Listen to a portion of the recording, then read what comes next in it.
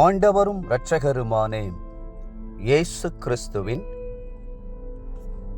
ஈடு இணையற்ற நாமத்தில் அன்றன்றுள்ள அப்பம் வாசகர்களுக்கு எங்கள் அன்பின் வாழ்த்துக்கள்.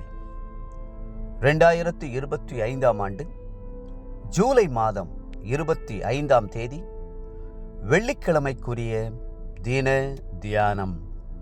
இன்றைய தலைப்பு பகிர்ந்து கொள்ளுங்கள். 2 கொரிந்தியர் 5 அதிகாரம் 14-15 வசனங்கள் சொல்லுகிறது, கிறிஸ்துவனுடைய அன்பு எங்களை நெருக்கி ஏவுகிறது. ஏனென்றால் எல்லாருக்காகவும் ஒருவரே மரித்திருக்க எல்லாரும் மரித்தார்கள் என்றும், பிழைத்திருக்கிறவர்கள் இனி தங்களுக்கென்று பிழைத்திராமல் தங்களுக்காக மரித்து எழுந்தவருக்கென்று பிழைத்திருக்கும்படி அவர் எல்லாருக்காகவும் மரித்தார் என்றும் நிதானிக்கிறோம். தேவ பிரசன்னத்துக்கும் பகிர்ந்து கொள்ளுதலுக்கும் ஒரு இணைப்பு இருக்கிறதை உணர்கிறேன். சில வேளைகளில் நம்முடைய சாட்சிகளையும் அன்பையும் நன்மையான செய்கைகளையும் பகிர்ந்து கொள்கிறோம். அதன் பின்பு ஜெபிக்க ஆரம்பிக்கும் போது ஒரு தெய்வீக சந்தோஷத்தோடு கர்த்தருடைய அன்பின் பிரசன்னம் நம்மை அரவணைத்துக் கொள்கிறதை உணர முடியும். ஒரு நாள் என்னுடைய தகப்பனார் சாலையிலே தனிமையாக நடந்து சென்று கொண்டிருந்த போது அவருக்கு எதிரிலே ஒருவர் வந்து கொண்டிருந்தார். அவர் என் தகப்பனாரின் பக்கமாய் திரும்பி பார்த்து, அருகிலே ஏதாகிலும் மலிவான உணவகம் இருக்கிறதா? உயர்ந்த உணவகத்துக்கு செல்ல என்னால் முடியாது என்றார். அவர் சொன்னதை கேட்டதும் அவரிடத்தில் போதிய பணம் இல்லை என்பதை என் தகப்பனார் உணர்ந்து கொண்டார். ஆகவே அவருக்கு உதவ வேண்டும் என்று ஏவப்பட்டார். அவர் தன்னிடமிருந்த 100 ரூபாயை அவரிடத்தில் கொடுத்து, இதை வைத்துக் கொள்ளுங்கள், அருகில் ஒரு பெரிய உணவகம் இருக்கிறது, சந்தோஷமாய் சாப்பிட்டுவிட்டு செல்லுங்கள் என்று சொன்னார்.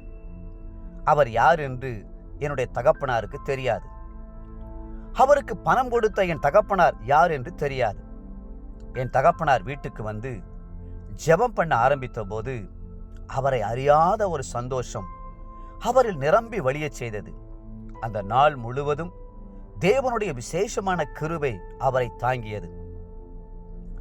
மிகவும் சிறியவராகிய என் சகோதரரான இவர்களில் ஒருவனுக்கு நீங்கள் எதை செய்தீர்களோ அதை எனக்கே செய்தீர்கள் என்று ஆண்டவர் அவரோடு பேசுவதை உணர்ந்து ஆனந்த கண்ணீர் சொரிந்தார்.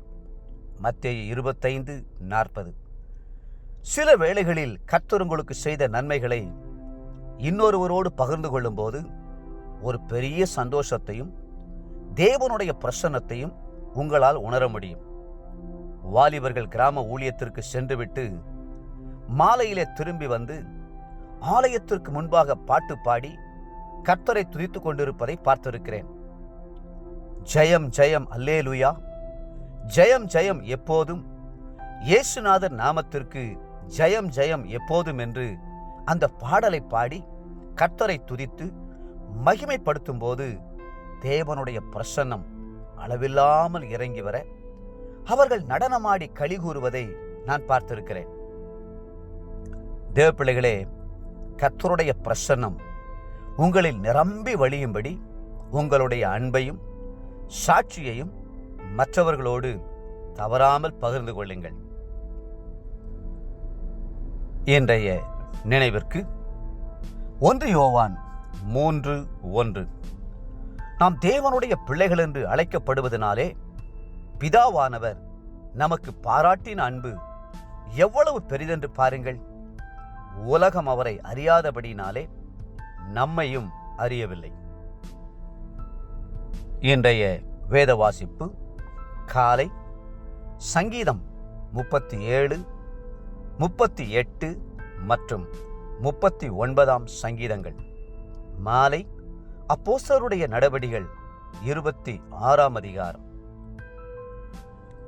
அன்புக்குரிய அன்றன்றுள்ள வாசகர்களே, மீண்டும் உங்களை வாழ்த்துகிறோம்.